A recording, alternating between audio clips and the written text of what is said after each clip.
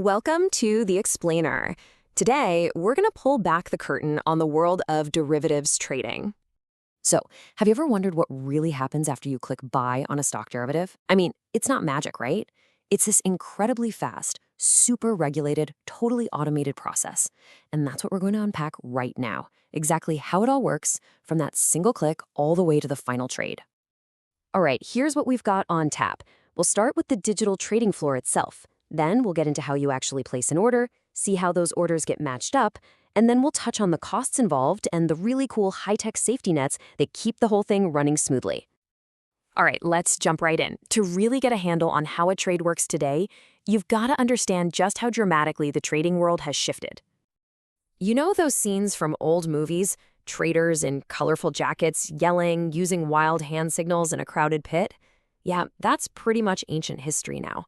Today, especially in markets like India, it's all electronic. It's quiet. It's a screen-based auction where buyers and sellers never even know who the other is. And a powerful computer system does all the matching automatically. Okay, so who are the actual players in this digital world? Well, first there's you, the client, or the participant. You place your order through your broker, who's called a trading member. But here's the crucial part. Behind them is a clearing member. Think of them as the grown-up in the room who guarantees the trade will actually happen. They're the backstop, the insurance policy for the entire market. And then you have these specialized players, usually big banks, called professional clearing members, whose whole job is just to clear trades for others. It's a whole ecosystem built on trust and guarantees. Okay, so we know the players and we know the playground. Now, let's learn the language. Because when you place an order, you're not just saying buy. You can give the market some very specific instructions. First up, the simplest of them all, the market order. This is basically you shouting, "Get me in now," or "Get me out now." You're not fussed about the exact price. You just want the trade done, like yesterday. It's all about speed. Now, if you're more of a control freak about the price, and who isn't, you'll use a limit order. This is where you say, "Look, I'm buying, but I won't pay a penny more than this," or "I'm selling, but I won't accept a penny less than this." Your order just sits there patiently, and it will only go through if the market hits your price, or even better, gives you a better one. Next, we've got the stop-loss order. This is your automated emergency exit. It's your just-in-case plan. You set a trigger price, and if the market suddenly turns against you and hits that price, bam, your order instantly becomes a market order to get you out, helping to limit how much you could lose. It's a lifesaver. And what about an IOC order? That stands for immediate or cancel. It does exactly what it says on the tin. It tells the system, fill whatever you can of my order right this second, and if you can't fill the whole thing, just cancel whatever's left. It stops your order from just hanging around in the market partially filled. Okay, so you've sent your order into the system, but so have thousands, maybe millions of other people. How on earth does the exchange's computer decide who goes first? Is it just a lottery? No way. It follows one very simple, very strict, and very fair rule. And that golden rule is called price-time priority. It's a two-step process. Step 1, price. The system always prioritizes the best price. That means the person willing to pay the most to buy and the person willing to sell for the least. But what if two people offer the same price? That brings us to step 2, time. If the prices are tied, the order that got there first wins. First come, first served. It's that simple. Price, then time. This is the bedrock of the whole system. It ensures everything is transparent and fair. You absolutely cannot jump the line. All right, let's talk about what you can actually trade. You see, not every stock gets to have derivatives. It's kind of like a VIP club. To get on the list, a stock has to meet some really strict criteria. And that's all about making sure the market is stable and safe from manipulation.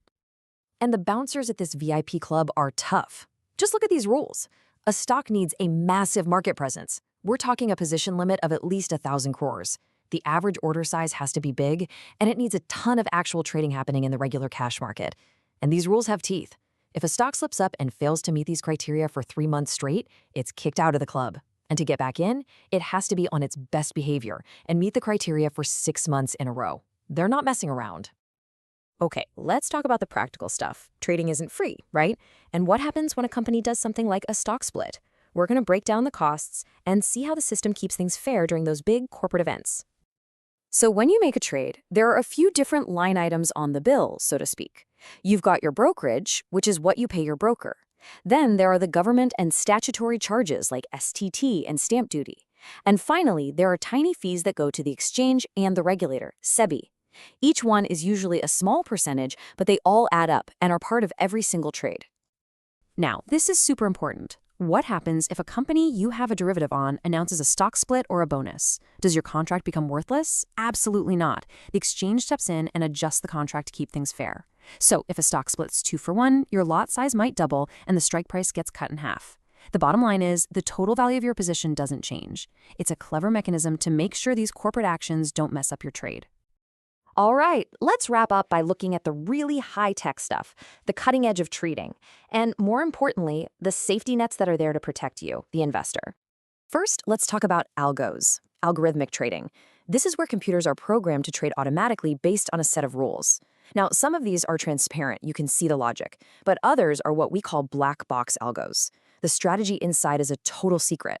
And because you can't see what's going on, regulators have stepped in and said, hey, if you're going to sell a black box strategy, you have to be officially registered. This adds a really important layer of accountability. Okay, but what about the nightmare scenario? The market is going crazy and suddenly your broker's website crashes. What do? Well, there's a safety net for that, and it's called the IRA platform. It's a backup system built by the exchanges themselves. If your broker goes down, you can log into IRA and at least manage your risk. You can close your open trades or cancel orders. It's a fantastic backup plan to make sure you're never left completely stranded. So there you have it. We've gone from people shouting in a pit to algorithms firing off thousands of trades a second. The whole trading mechanism has been revolutionized. It's faster, it's more accessible, and you could argue it's even safer. But it does leave us with a pretty big question, doesn't it?